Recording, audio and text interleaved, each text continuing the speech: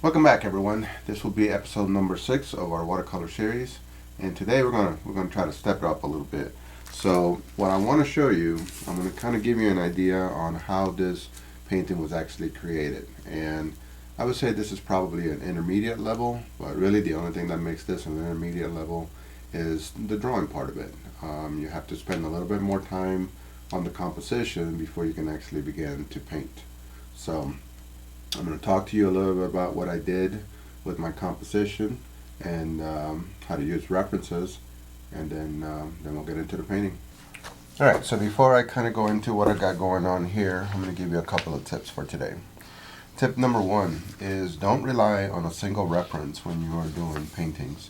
So the painting that I'm working on right now, these images that I got here were from a visit that we did to St. Augustine, Florida. And I didn't have the right lens, so I wasn't able to get really close to the Pelicans, but I like the way that the pillars and everything were going. So these images over here are from a trip to the Miami Zoo. So these pelicans, I can actually see the colors a whole lot better in some of the details. They didn't have the right poses, so I'll be doing a composite.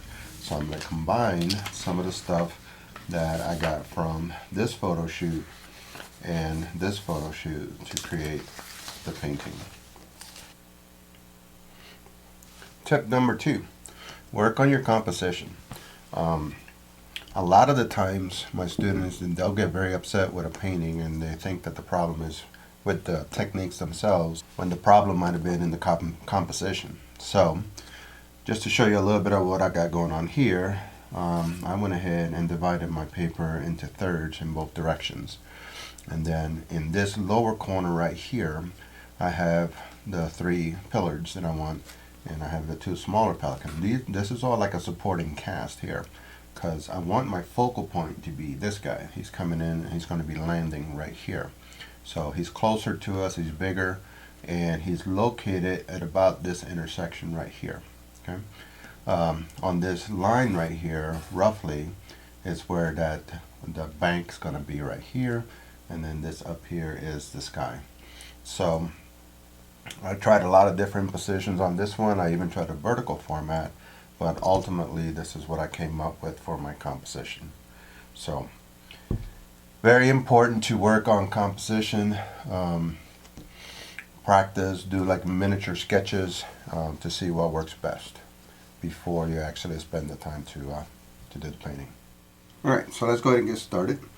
I'm going to take a few minutes. This area of the painting right here, the top of the head here, the top of the head here, and this right here are all going to be relatively light. So I'm going to go ahead and put a little bit of frisket in those areas just to protect those, just to make things a little bit easier later on. Don't forget, when you are working with the frisket, that you want to use the cheap brushes and that you want to put down a little bit of dishwashing soap on the brush before you use the frisket. That'll make it much easier for you to get the frisket off the brush. Once the frisket is on, it takes just a few minutes for it to dry. Alright, so we've given the frisket a little bit of time to dry, and I went ahead and took a kneaded eraser and removed all of the guidelines or the composition lines, so we are ready to start painting. So as always, I have my little clean water here. Put it here. I have another container for cleaning the brushes, and then I have my standard palette that I like to use. And I'm going to start by doing the sky and the water. So the pelican, for the most part, is a relatively dark bird. So when I do the sky, I'm not too concerned if I get a little bit of paint on the pelican, with the exception of the area where I did the frisket. Because a dark color, like a brownish color, will go over a blue very easily. So I'm going to do the sky and the water at the same time, because water, calm water like this, kind of acts like a mirror. So whatever your color you're doing up here, it's going to be repeated down there.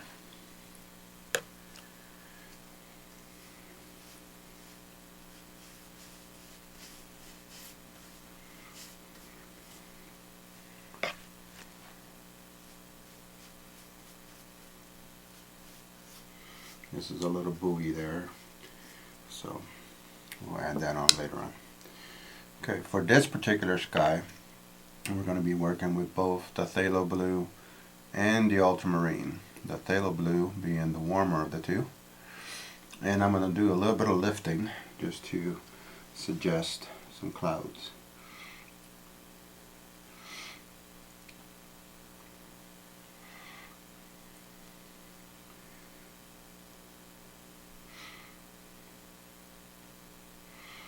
Now you can see, as in previous videos, because the paper is wet, it gives you time to blend your colors. So I'm going to go ahead and pick up some of the ultramarine blue and mix it in with the phthalo blue, just to create some variety in the sky.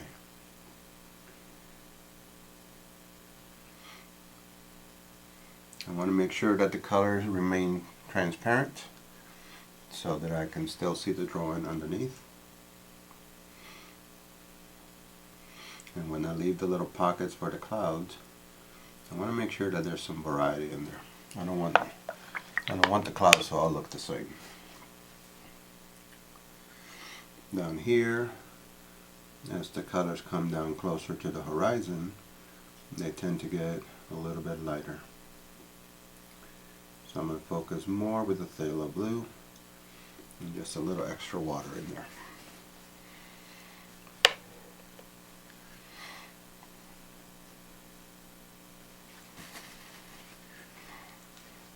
In the corners here, use a little bit more of the ultramarine blue.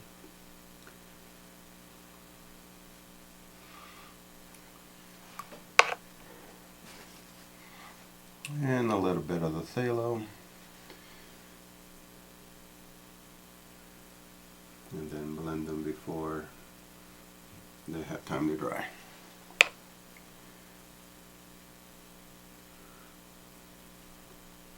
Now I definitely want to make sure that I have some blue behind the head, because there is a lot of light values on the head, so I need that darker color behind it in order to create contrast.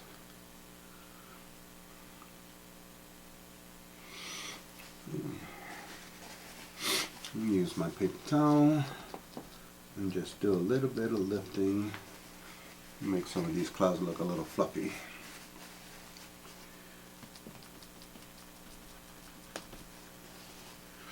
So I'm kind of using it almost like a stamp, but instead of adding color, I'm subtracting it. And right there, there's a little too much white there, so bring it all the way down to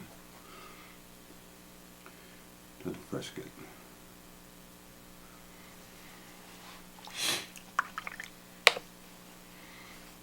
And there's a little bit on this side.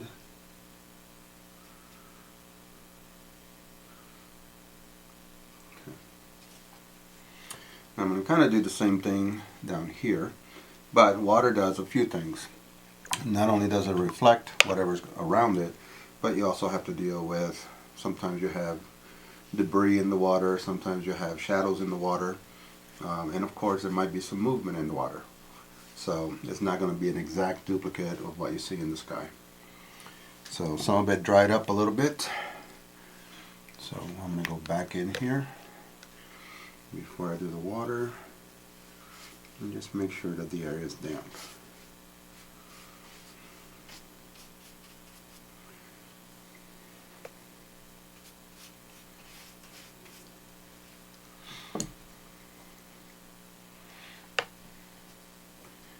And basically using the same colors, and then I'll throw in a little bit here and there.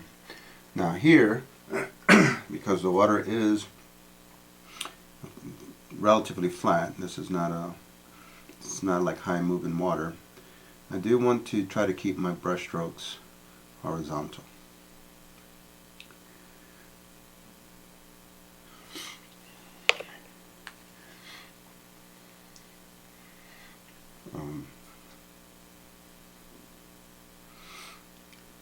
Definitely want to leave little pockets of white here and there, just to make it look like part of the water is like shining. So this part here is pretty straightforward, so I'm going to speed this part up, and then once this is done and dry, we can start working on the pelicans.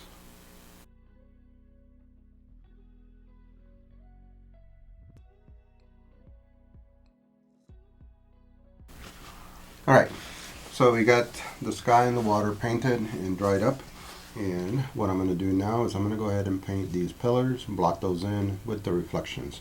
So this pillar stops here, and the reflection, you just want to double it, so the reflection is going to stop right about there. This one is from here to here, so the reflection is about there, right about there.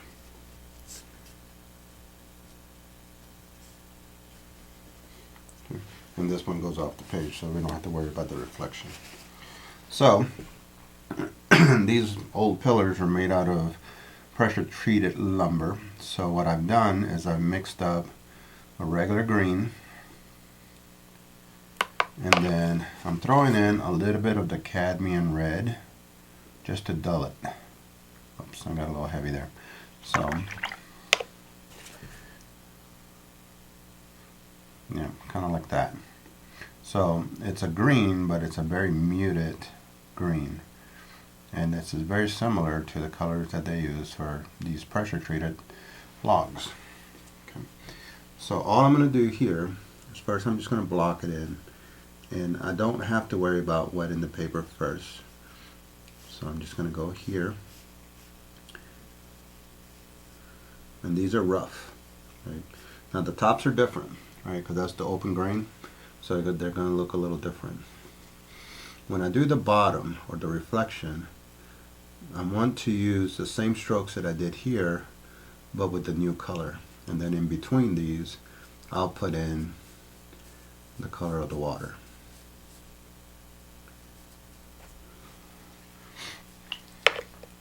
And that's all there is to it. I'm going to do the other one.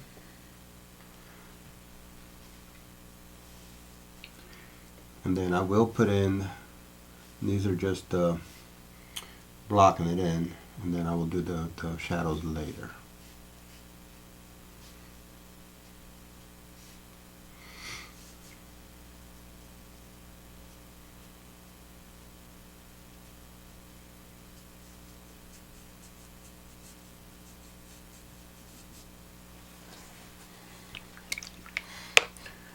Then a little bit more for the big one. I may have to make some more color. Yep, so be right back.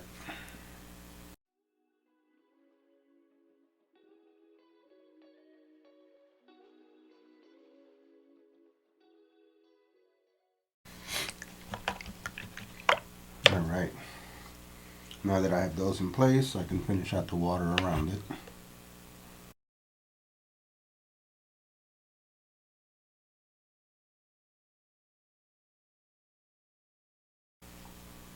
Okay, now for the top, I'm going to take that same color, but I'm going to make it lighter. Alright, so the next thing we're going to do is we're going to work on this guy for a little bit.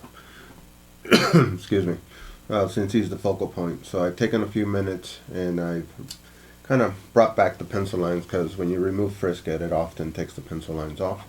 So I just did that. We are going to start by doing the underside, which is kind of like a brownish color, and the brownish color goes to roughly about here. And then as the flight feathers come out, they start off kind of brown, but they turn kind of a reddish color. And the head, there's a lot of white in it, and there's a little bit of yellow in it. In fact, the part that's going to be yellow is actually right about here, it looks like. So there's some yellow in this area, and then this is white. And for the shadows of the white, I'm going to go with like a purplish gray color. This little thing here is part of the wing. Okay. So reach in here, grab some clean water, and I'm going to go with the burnt sienna, which is the lighter of the two browns. But I'm also going to be throwing in a little bit of orange in there, or cadmium red, excuse me, and a little bit of yellow here and there, just because I want to have lots of variety. And I'm going to do it while this is wet. So this is all white, so I got to kind of like steer away from that.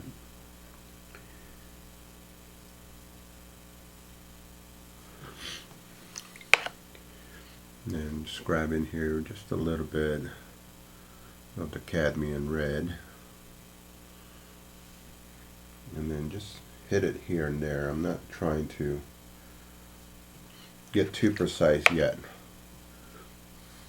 Again, this is still the underpainting, but I want to have a little bit of variety in there with the underpainting. We'll do the deep shadows and the cast shadows later. The feet are kind of a grayish color, so I don't need to worry too much about bringing any of that in there. The light source is coming from the left on this one, so this whole area is actually going to stay relatively dark. I'm going to continue to bring these colors up this way.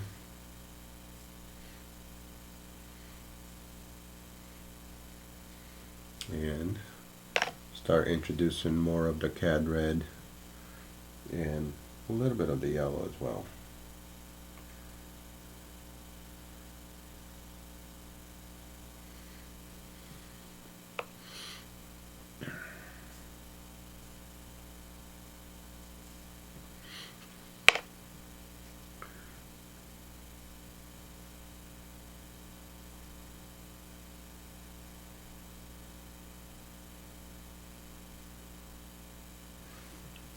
And again, I'm letting a lot of the water, letting the water do a lot of the mixing for me.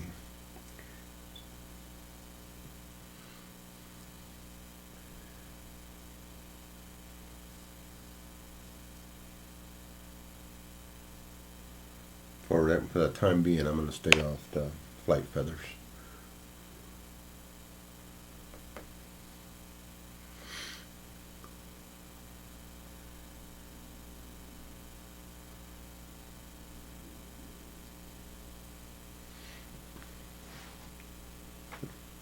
Now we have to get into this wing back there. So for that, I'm going to switch to my smaller brush. This is the number 2.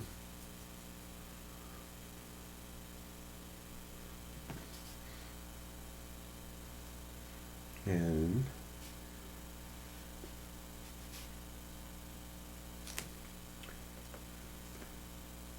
since we said that the light's coming from the top left, this part of the wing will be slightly darker.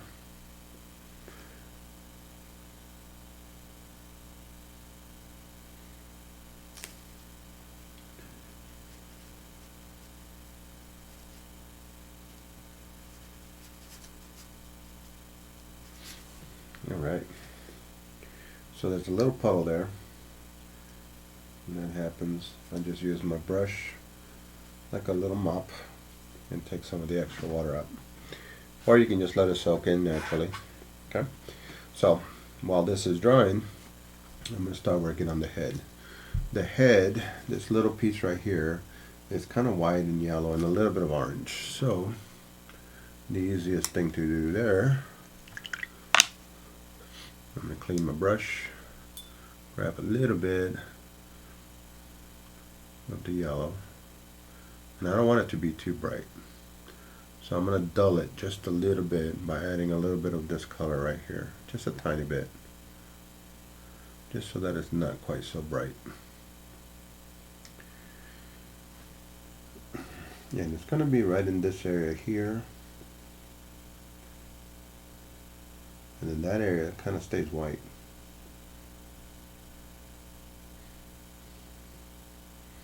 And then down here, there's just a little bit of orange.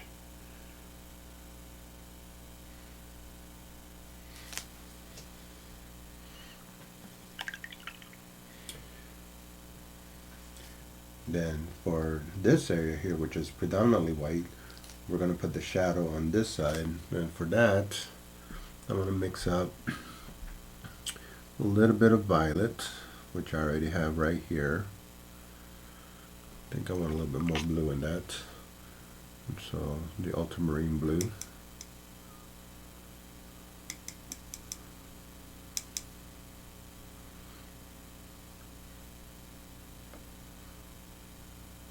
Yep. And then to dull it, I can use the opposite, which is yellow. And that will give me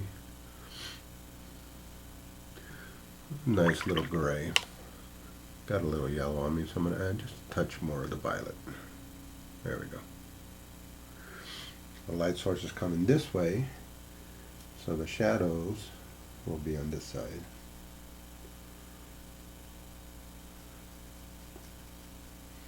And as it goes up that way, I'm just going to add a little bit of water to my brush, just so that I could fade that color.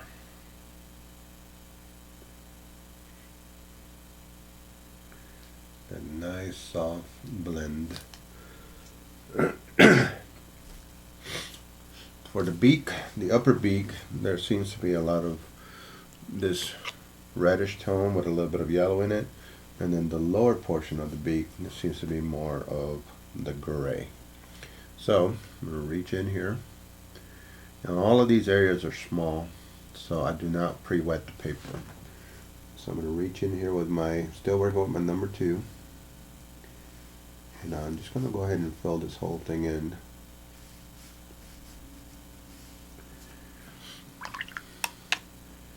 While that's wet, I'm going to add little bits of yellow here and there on the top beak.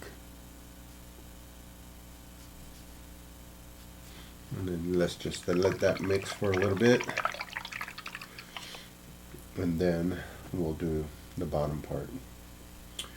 And then while I'm there, I'm going to go ahead and block in the feet, which is a grayish color, which is made with burnt sienna and the ultramarine blue.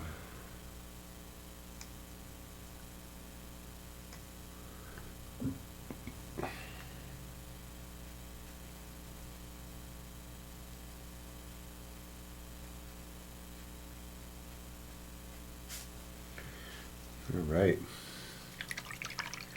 and then for the flight feathers, I need to take this color, but I need to make it just slightly brighter. So I'm going to get in here and get some more of this cad red with a little bit more yellow.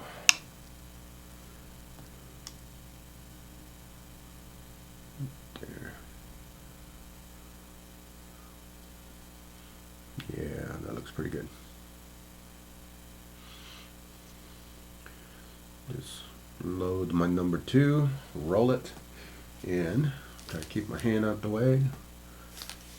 Just start blocking in these flight feathers.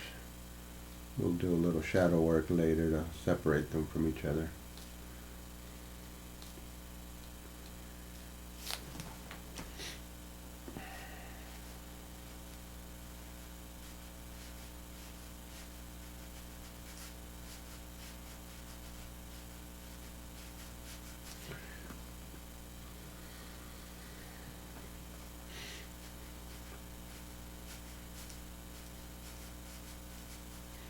So the paper I'm using is a 140-pound watercolor paper, and it's pretty absorbent. So you can see at the beginning when I started this, I didn't have quite enough water on the brush, and so I was creating a dry brush effect, which is great, but not what I was looking for the underpainting. So I just added a little bit more water, and that took care of the problem. And then right here, where the flight feathers meet these other feathers, I'm just blending it away. So now we gotta let that dry. While that's drying, I'm gonna mix up a little bit of this dark color, which is burnt sienna, with a little bit of the ultramarine.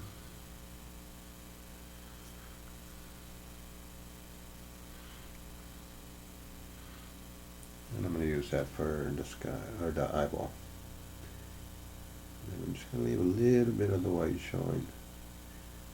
The white area facing the light source that way. There we go. So I'm going to let that entire Pelican dry, because there's some areas that I need to get behind the feathers and whatnot. But I don't want to do that while the painting, the underpainting is wet, because it'll damage it. Okay. So while that's drying, I can actually either work here or here or here. So really, the big thing about working with watercolors is just planning ahead a little bit and being patient, right? Make sure that you're being patient with yourself, because it's pretty easy to get in a rush and make a mistake that is hard to recover from. Alright, so both of these Pelicans are going to be done pretty much the same way, so I'm just going to show you the one. And because these guys are a little bit further away and they're not the focal point, I'm not going to spend as much time as I'm going to spend on this guy. So all I'm going to do is kind of just blocking where things should go, and the colors are pretty much the same as these, but because they're a little further away, you're not going to see them as much. You're not going to see as many transitions. So I'm going to start off with this burnt sienna, and I'm using the one that has a little bit of blue in it already, so that it's not as bright as the ones that are up here, because these guys are a little further away. So I don't want to spend a ton of time on them. Now the legs are going to be a grayish color. Oops, got a little bit too much there. A little bit more of the burnt sienna. There we go. Now here, we can see this part of the wing here.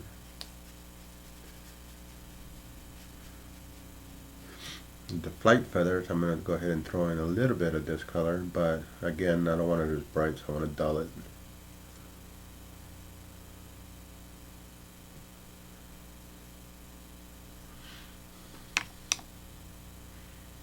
Let's see if that's good. Too much water.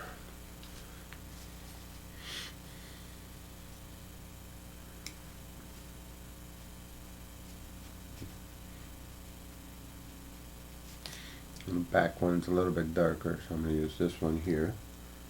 Just separate the back wing from the one that's closer to us.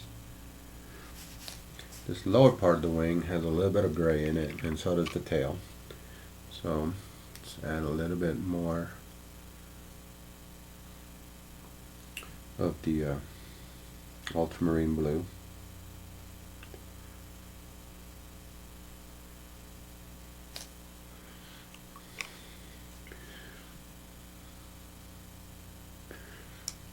And excuse me, I've mentioned in the earlier episodes, if you like pre-mixing your colors, you can definitely do so. I prefer not to most of the time, just because I like the looseness of the colors blending on the paper. But that's totally up to you.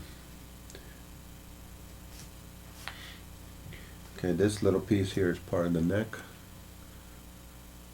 So let's throw that in there. I'm going to put a little shadow underneath the wing where the wing is meeting the body. Then fading it out.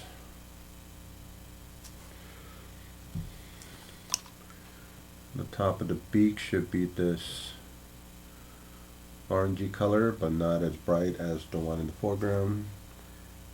So, oops, just dulling it a little bit. And then the bottom one, I'll add a little gray to it.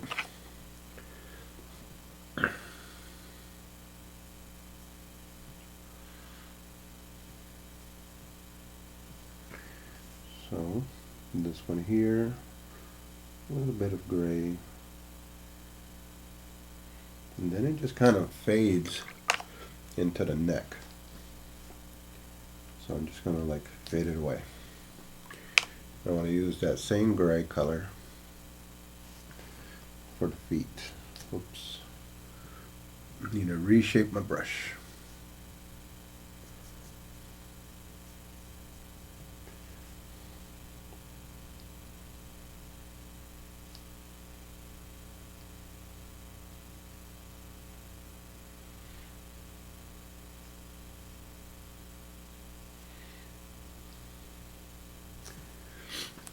There we go.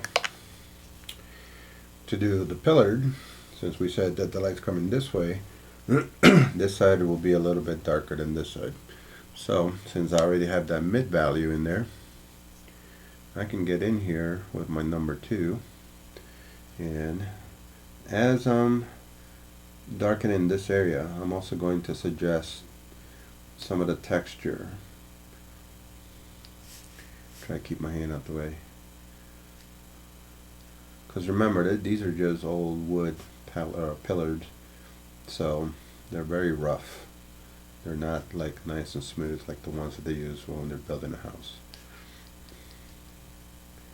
So I want to show some of the texture, but keep this side lighter because we said that the light source is coming from the top left.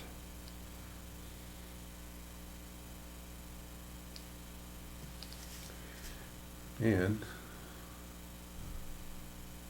on the extreme side,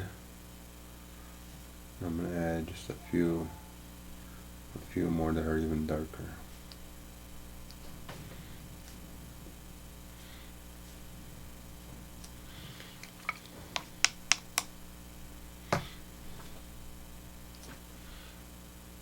And here, I do want to still show some, but I want to keep this overall very light. So very, very, very light value of that same color. For the top part, we know that this bird is going to be casting a shadow. So I'm going to put the shadow, I think, going to go this way.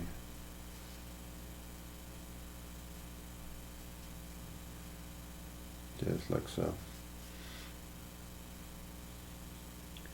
And where the shadow meets the feet should be the darkest area right there.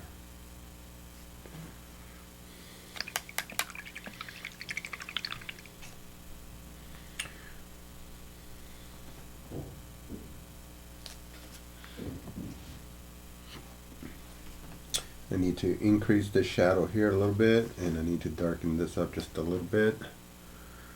So let's mix up a little bit more of that sienna and blue, but this time I want to keep it towards the brown side.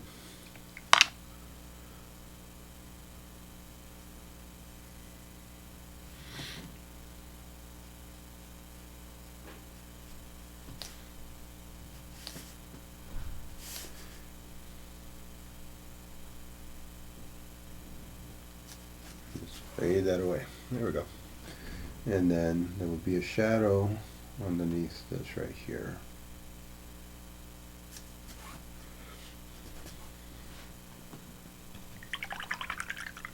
And that's it for that one. You do the other one, you would do it the same way, but because you can see the entire head, you got to remember that you have to leave a little bit of the white showing. Okay, that's still a little damp, so I'm going to work on this area back here. And that area back there was kind of like rocks, so it's like an inlet, and the rocks were like a beige color. So I'm going to take some of this color right here, bring it over here,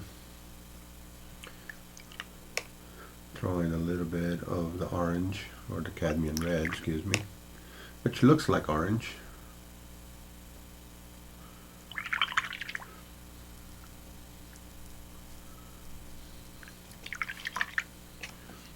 little bit of yellow.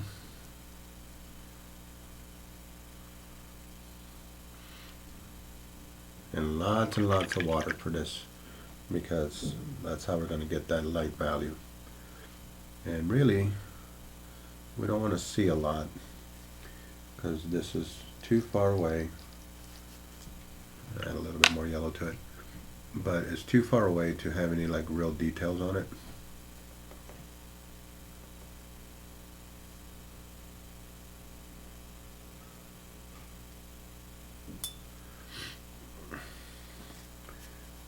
There we go. So just hitting, throwing the water on it.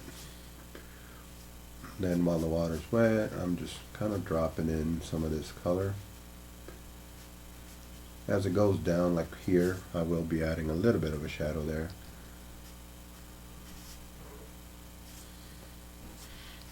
But for the most part, I want this to stay very loose.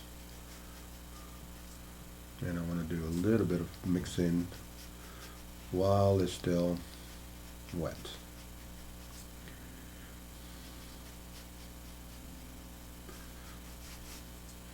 And then the reflection is kind of done the same way. But we're going to do the horizontal strokes for the reflection. A little too dark there, so just get a little water in there before it dries.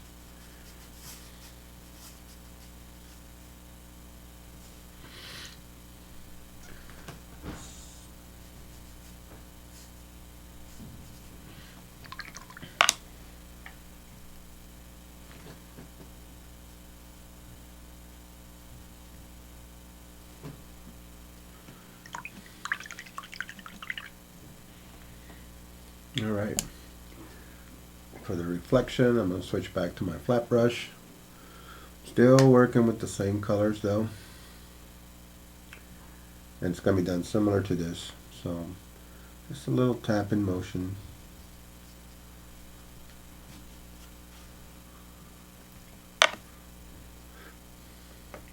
Now I want to keep the strokes pretty horizontal.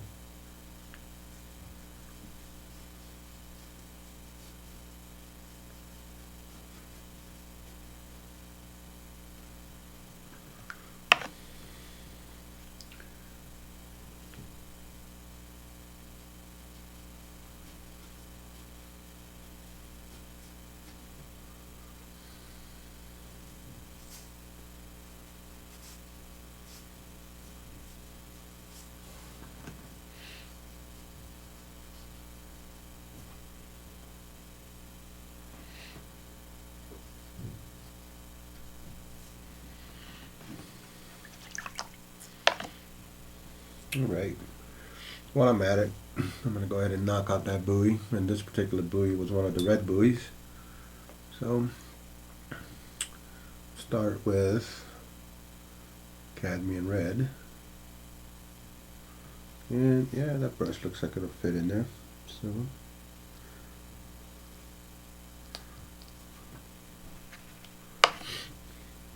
the reflection has to go opposite, so it'll be coming this way.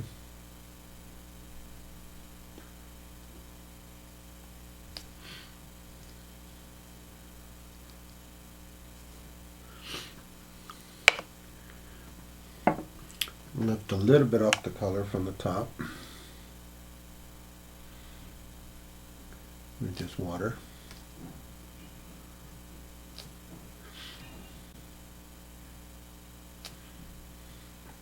Drop a little yellow in there. Just create a little bit of a highlight.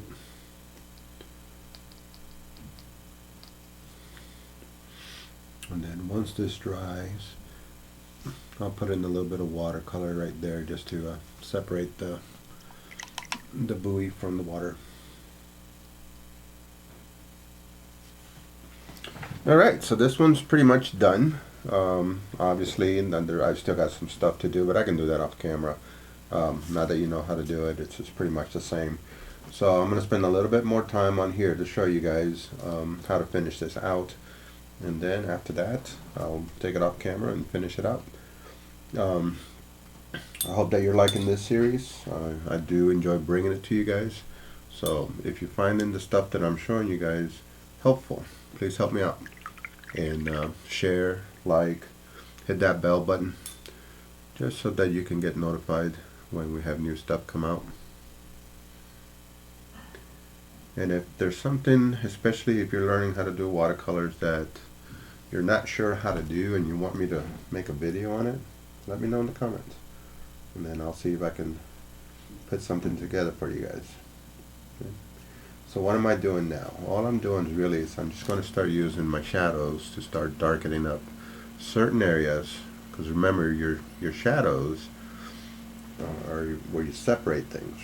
Right? So it's kind of what makes everything pop.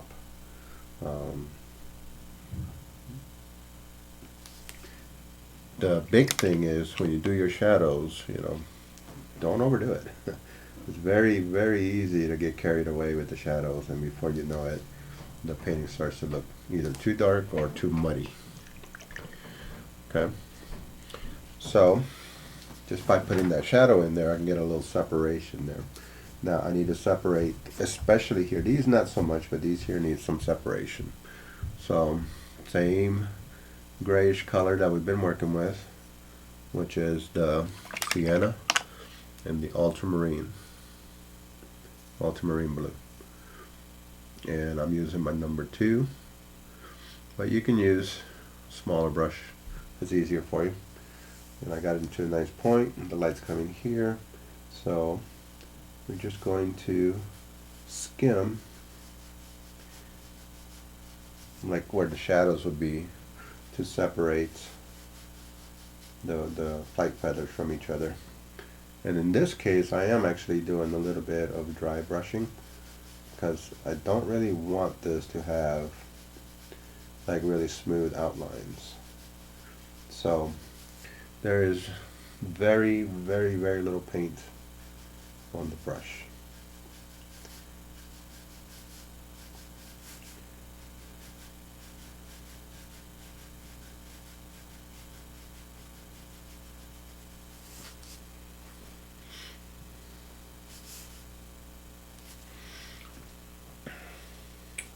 Here we can see a little bit of motion with those feathers as well, but not nearly as much. So I'm just going to like suggest some of them. Oops, not quite dark enough.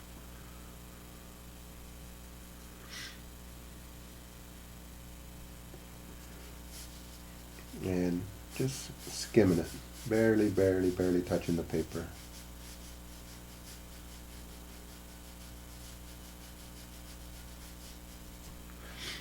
This underside here, to me, feels like it needs to be darker. Right? They got a little light. So I'm going to go ahead and drop in that shadow. And before it dries, just blend it with the clean water. Or I could have wet the paper first. Small enough area like this, I didn't have to worry about it. If it's a big area, I definitely would have wet the paper first. Okay, stronger grayish color for the feet. And you can see right here.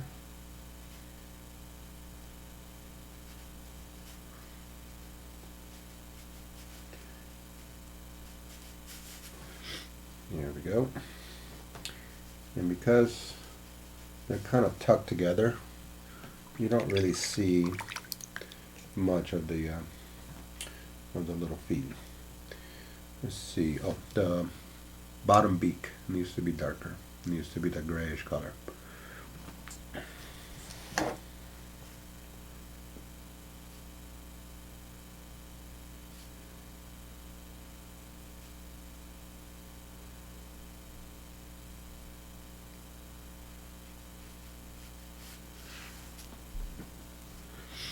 There we go.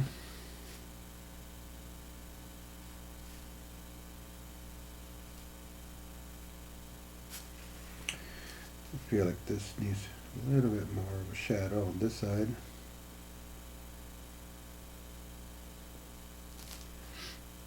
Looks like I forgot this part of the wing.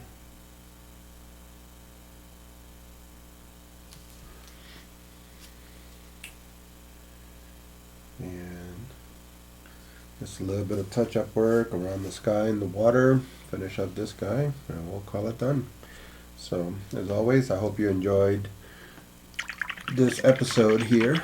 This one, like I said, it is a little bit more challenging. It's more like an intermediate level, but really the big difference is that you have to spend a little bit more time drawing and composing before you actually start painting. Okay. Please let me know what you think in the comments, and I will see you on the next episode.